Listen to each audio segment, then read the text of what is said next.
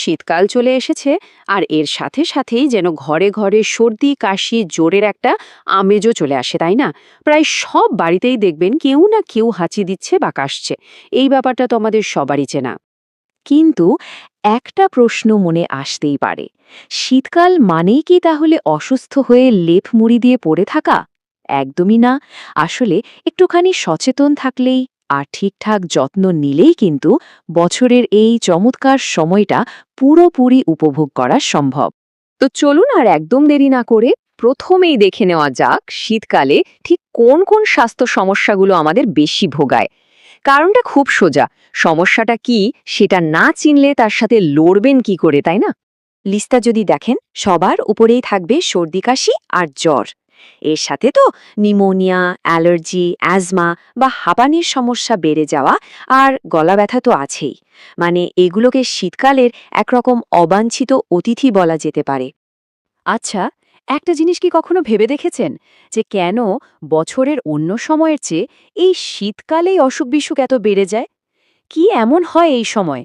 চলুন আজ এই কারণটাই একটু খুঁজে বের করা যাক। কারণটা যদি একবার বুঝে ফেলা যায়, তাহলে দেখবেন সমাধানটাও অনেক সহজ হয়ে যাবে। এর সবচেয়ে বড় কারণগুলোর একটা কিন্তু লুকিয়ে আছে আমাদের চারপাশের আবহাওয়াতে। দেখুন, শীতের এই যে ঠান্ডা আর শুকনো বাতাস, এটা কিন্তু ভাইরাসের জন্য একেবারে আদর্শ পরিবেশ।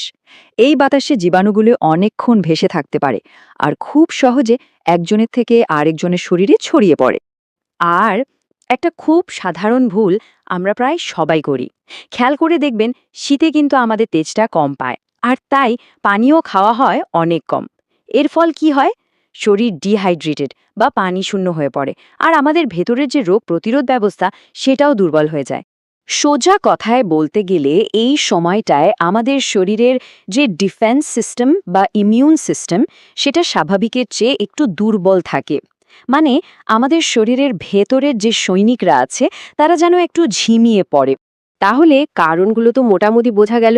এবার আসা যাক আসল কথায়, সমাধানটা কি? চলুন এবার আমরা সেই সব উপায়গুলো নিয়ে কথা বলি যেগুলো মেনে চললে এই শীতেও একদম ফিট থাকা যাবে। এখানে দেখুন, কয়েকটা খুব সহজ করণীয় আর বর্জনীয় বিষয় আছে।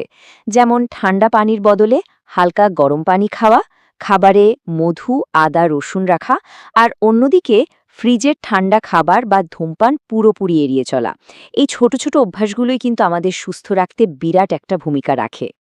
আর শরীরকে ভেতর থেকে শক্ত করার জন্য তো ভালো খাবারের কোনো তুলনাই হয় না। বিশেষ করে ভিটামিন সি আছে এমন ফল, যেমন কমলালেবু, এগুলো তো খেতেই হবে। সাথে ডিম, দুধ, মাছ আর সবুজ শাকসবজি, এগুলোকে বলতে পারেন আমাদের শরীরের জন্য একটা প্রাকৃতিক বর্ম, যা জীবাণুর আক্রমণ থেকে আমাদের বাঁচায়। দেখুন, শীতে তো সবারই একটু সাবধানে থাকা উচিত। তবে আমাদের বাড়ির যারা শিশু আর বয়স্ক মানুষ আছেন, তাদের দিকে একটু বিশেষ নজর দিতে হবে।